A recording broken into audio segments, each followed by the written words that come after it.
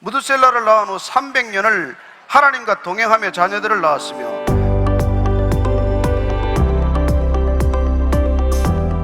에녹은 65세에 무드셀라를 낳았어요.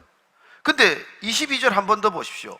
무드셀라를 낳은 후에 300년을 하나님과 동행하며 자녀들을 낳았습니다. 에녹이라는 사람이 무슨 선조들하고 다른 일을 한 게 아니고 그도 자녀들을 낳았어요. 근데 무드셀라를 낳고 나서 무슨 일이 있는지 하나님과 동행하면서 자녀를 낳았다는 것입니다. 그렇다면 하나님과 동행하지 않고 자녀를 낳을 수도 있고 하나님과 동행하면서도 자녀를 낳을 수 있다는 것입니다. 근데 에녹은 왜 무드셀라를 낳고는 하나님과 동행을 시작했느냐는 것입니다. 그리고 도대체 동행이란 무엇입니까? 동행이란 하나님과 동행하다. 여러분, 하나님과 동행하십니까? 어떻게 동행을 하십니까?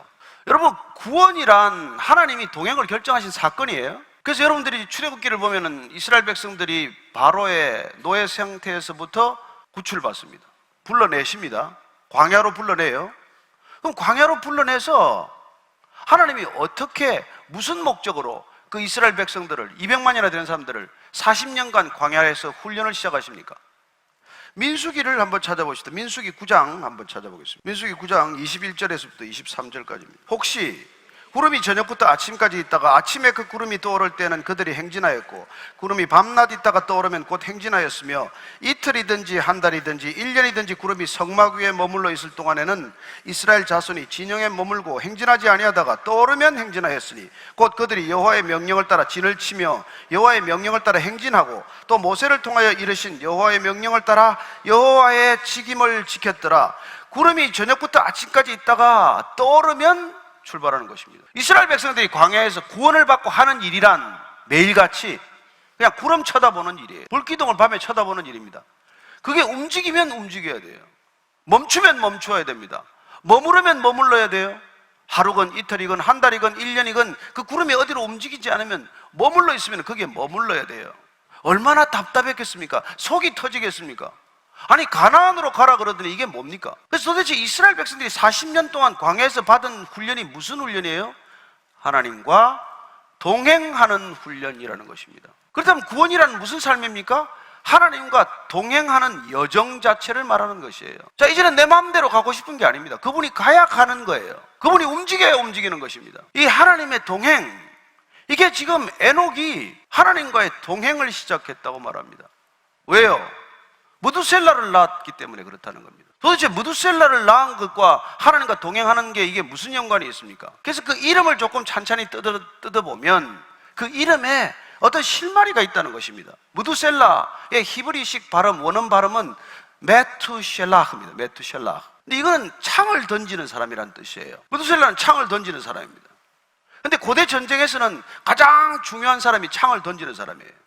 이 사람이 죽으면 지는 겁니다. 이 사람이 죽으면 전쟁이 끝나요. 이 사람이 죽으면 한 민족이나 나라가 전쟁에서 패망하는 것이고 멸망하는 것입니다. 그런데 어쩌면 에녹은 이 이름을 아들에게 지으면서 하나님이 주신 이름이라면은 이 이름 가운데 심판을 직감하게 되는 것이죠. 무드셀라가 죽으면 끝나겠구나. 무드셀라가 이 땅을 떠나는 날이 심판받는 날이구나.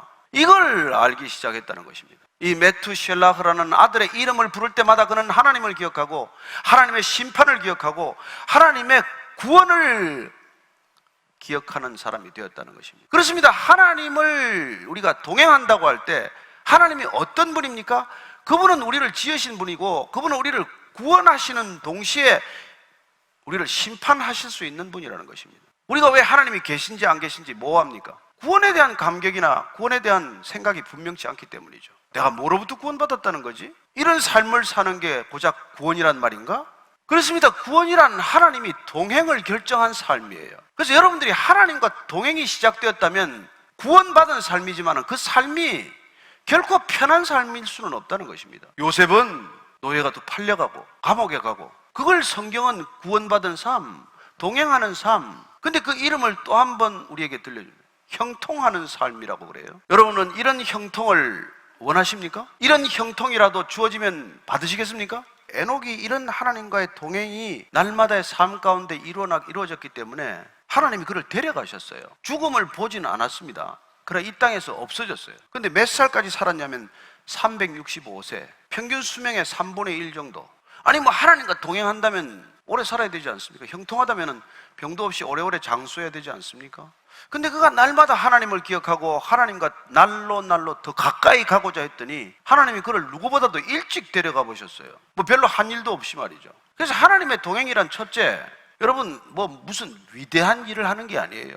무슨 대단한 일을 하는 게 아닙니다. 동행이란 하나님을 기억하는 것, 하나님의 이름을 부르는 삶, 날마다 하나님과 호흡하는 삶, 그 자체를 말하는 거예요. 부부가 동행하지 않습니까? 부부가 어떻게 동행합니까? 무슨 부부가 위대한 일을 합니까?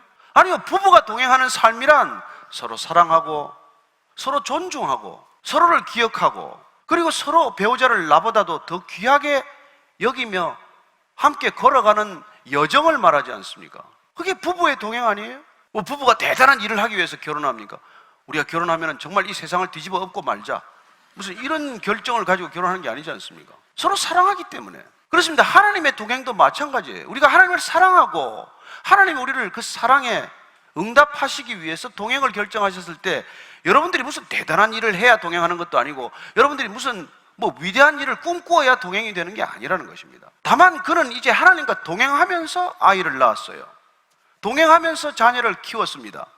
동행하면서 아침에 집을 나섰어요. 동행하면서 집에 돌아왔습니다. 날마다의 삶 가운데 하나님과 동행한다는 것, 그게 여러분 신앙의 삶이라는 거예요. 근데 무슨 열심히 일을 해야 동행한다고 생각이 드는 사람이 있어요. 남달리 열심을 부리는 사람들, 남달리 무슨 요란을 떠는 사람들이 여러분 예수님을 못 박은 사람들이라는 걸 기억하십시오. 날마다 하나님과 일상 가운데 동행했던 사람들이 아니라 남보다도 유달리 신앙이 좋아야 한다고 생각하는 사람들, 남다른 믿음의 삶을 살아야 한다고 주장하고 고집하던 사람들이 나중에 예수님을 못 받게 된다는 것입니다. 그렇습니다. 하나님이 점점 가까이 가는 것이 아니라 유난을 떨더니 더 열심을 내더니 하나님과 어이없게도 멀어지는 삶이 될 수 있다는 것입니다. 저는 여러분들이 하나님과의 관계가 자연스럽게 되기를 축복합니다.